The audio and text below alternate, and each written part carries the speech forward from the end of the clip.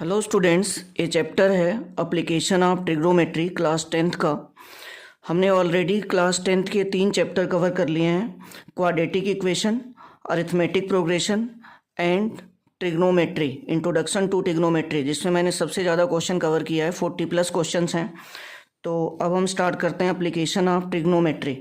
तो दो छोटी सी कॉन्सेप्ट आपको पहले इसमें समझ आनी चाहिए, बाकी ट्रिग्नोमेट्री के सारे फार्मूले आपको पता होने चाहिए। तो देखिए, अगर ऑब्जर्वर यहाँ पे है, ऑब्जेक्ट कहीं इधर है और वो अगर इधर देख रहा है ऑब्जेक्ट को, तो इसको हम बोलते हैं, इस लाइन को लाइन ऑफ साइट। और हॉरिजॉन्टल से लाइन ऑफ साइट जो एंगल बना रहा है theta, this is called angle of elevation.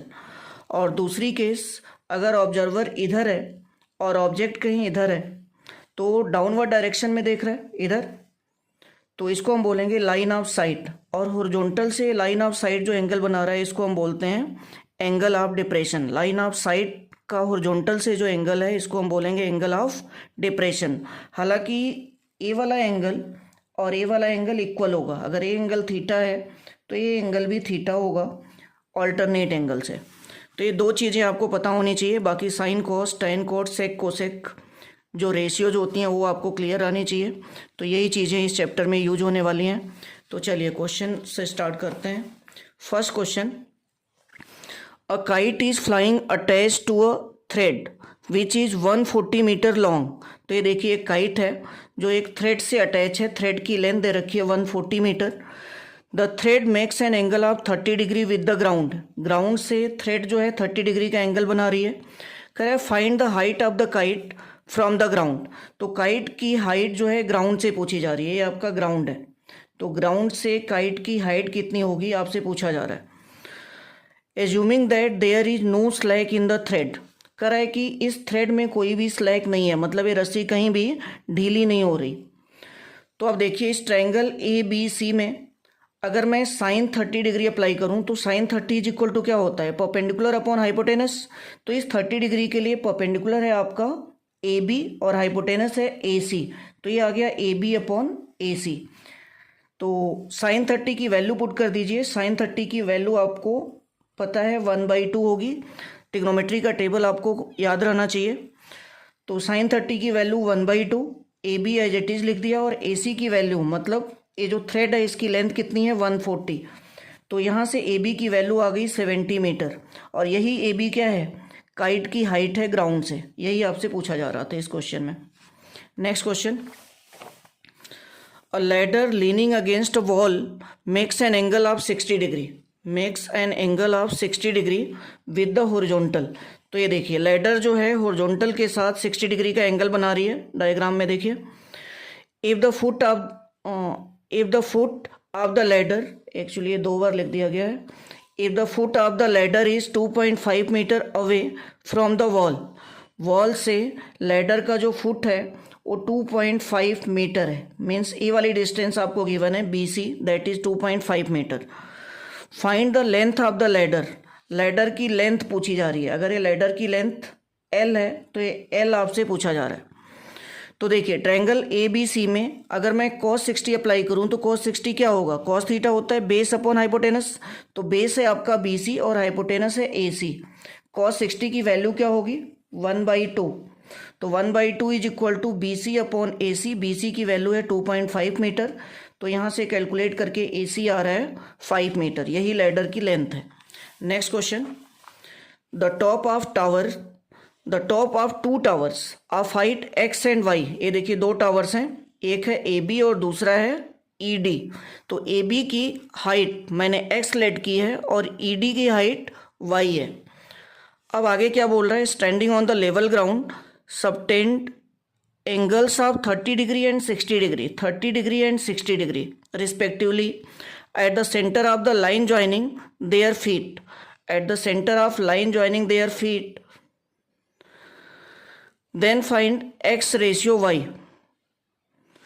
कह रहा है कि the top of 2 towers of height X and Y standing on level ground subtend an angle of 30 degree and 60 degree respectively at the centre of the line joining. कह रहा है कि ये जो लाइन ज्वाइनिंग है दोनों की बी डी, इसके सेंटर पे 2 एंगल्स बन रहे हैं। एक्स हाइट का जो टावर है वो 30 डिग्री का एंगल बना रहा है और 60 डिग्री का एंगल बना रहा है वाई हाइट वाला टावर। तो एक्स हाइट जिस टावर की है उसने 30 डिग्री का एंगल बनाया और वाई हाइट जिस टावर की है उसने 60 डिग्री का एंगल बनाया। अब क्या पूछा जा रहा है आपसे, फाइंड एक्स रेशियो वाई। तो देखिए दो ट्रायंगल आपको दिख रहे हैं, एक ट्रायंगल आपको दिख रहा है ए बी सी और दूसरा दिख रहा है ई डी सी या सी डी ई, कुछ भी ले सकते हो। तो ट्रायंगल ए बी सी में अगर मैं tan 30 अप्लाई करूं तो tan 30 क्या होगा, perpendicular upon base that is x by L, x by L. tan 30 की वैल्यू पुट कर दो, tan 30 कितना होगा 1/√3, क्रॉस मल्टीप्लाई कर दीजिए, x की वैल्यू आ गई l/√3। अब सेकेंड ट्रायंगल में, second triangle C D E, इसमें tan 60 अप्लाई करो। tan 60 क्या होगा, perpendicular upon base that is y/l। तो यहाँ से tan 60 की वैल्यू जब पुट करेंगे √3 तो यहाँ से y की वैल्यू आ गई l√3, x की वैल्यू भी आपको मिल गई और y की वैल्यू भी आपको मिल गई। इक्वेशन 1 को अगर मैं इक्वेशन 2 से डिवाइड कर दूं तो x अपॉन वाई की वैल्यू आ गई l/√3 अपॉन l√3। तो यहाँ से l आपका कैंसिल हो जाएगा और ये √3 इस √3 के साथ मल्टीप्लाई होके क्या बन जाएगा 1/3। तो x अपॉन वाई आ गया आपका 1/3, मीन्स x रेशियो y की वैल्यू आपको मिल गई that is 1/3। Next question, next question है find the length of the shadow on the ground of a pole of height 6 meter. ये देखिए ए बी एक पोल है जिसकी हाइट है 6 metre. When the angle of elevation theta of the sun is such that tan theta is equal to 3/4। tan theta की value बता रहा है 3/4। लेट करते हैं कि एंगल थीटा है और सन कहीं इधर होगा, तो ये सन अगर इधर होगा कहीं तो कह रहा है कि इसका एंगल ऑफ एलिवेशन कितना है tan theta that is 3/4। Angle of elevation अगर थीटा है तो कह रहा है कि यहाँ से tan थीटा की वैल्यू 3/4 बन रही है। अब इस ट्रायंगल में अगर मैं tan थीटा निकालूं तो इस ट्रायंगल से अगर tan थीटा आप निकालते हो तो क्या होगा, परपेंडिकुलर अपॉन बेस। तो परपेंडिकुलर है 6 और बेस है x। तो tan थीटा की वैल्यू आपको गिवन है 3/4, पुट कर दीजिए, यहाँ से x की वैल्यू आपको मिल जाएगी और यही x क्या है, बेस है इस ट्रायंगल का BC। तो आपसे पूछा जा रहा है find the length of the shadow. तो इस टावर की लेंथ या इस पोल की जो शैडो बन रही है वो यही है BC और यही हमें फाइंड आउट करना था। Next question, a tree breaks due to storm and the broken part bends so that the top of the tree touch the ground making an angle 30 degree with it. ये देखिए tree था हमारा AC और ये B से break हो गया। Break होने के बाद इसका ये जो ऊपर वाला पोर्शन आपको दिख रहा है AB, ये चला गया ग्राउंड पे और ये जो A पार्ट है, A वाला पॉइंट है, वो यहाँ पे ग्राउंड पे आके टच कर रहा है। इसको मैंने लिखा A', मतलब AB और A'(B) की जो लेंथ होगी वो इक्वल होगी। A एंगल बन रहा है आपका 30 डिग्री, कह रहा है कि यहाँ पे टच करने के बाद एंगल क्या बना रहा है 30 degree. The distance between the foot of the tree to the point where the top touch the ground is 8 metre. जहाँ पे इसका ट्री का टॉप आके ग्राउंड पे टच कर रहा है वहाँ से ट्री के बेस तक की जो डिस्टेंस है वो है 8 मीटर। कह रहा है find the height of the tree. ये टोटल हाइट आपसे ट्री की पूछी जा रही है। तो देखिए सबसे पहले मैं इस ट्रायंगल में बात कर रहा हूँ, tan 30 अगर मैं अप्लाई करूँ तो tan 30 क्या होगा, perpendicular upon base that is BC upon A'(C), BC upon A'(C। tan 30 की वैल्यू मैंने पुट कर दी 1/√3। तो 1/√3 क्या बन गया, BC अपॉन 8, क्योंकि A'(C) की वैल्यू हमें गिवन है 8। तो यहाँ से BC की वैल्यू आ गई 8/√3। अब सेम ट्रायंगल में अगर मैं cos 30 अप्लाई करूँ तो cos 30 क्या होगा, बेस अपॉन हाइपोटेनस। तो बेस है आपका A'(C) और हाइपोटेनस है A'(B) और cos 30 की वैल्यू पुट कर दो। cos 30 की वैल्यू √3/2। तो यहाँ से √3/2 इज इक्वल टू क्या बन गया, A'(C) की वैल्यू पुट कर दी 8 और A'(B) एज इट इज।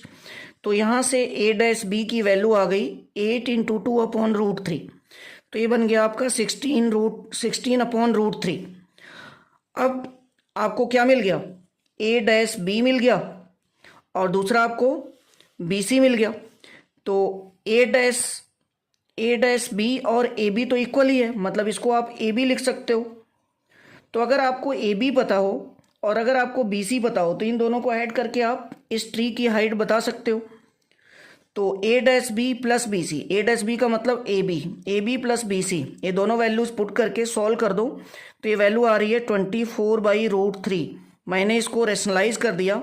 अगर रेशनलाइज करोगे तो क्या करना पड़ेगा, इसमें √3 से ऊपर नीचे मल्टीप्लाई कर दो तो ये बन जाएगा अपॉन में 3 से कट करोगे 8 आएगा, तो ये आ गया 8√3 मीटर।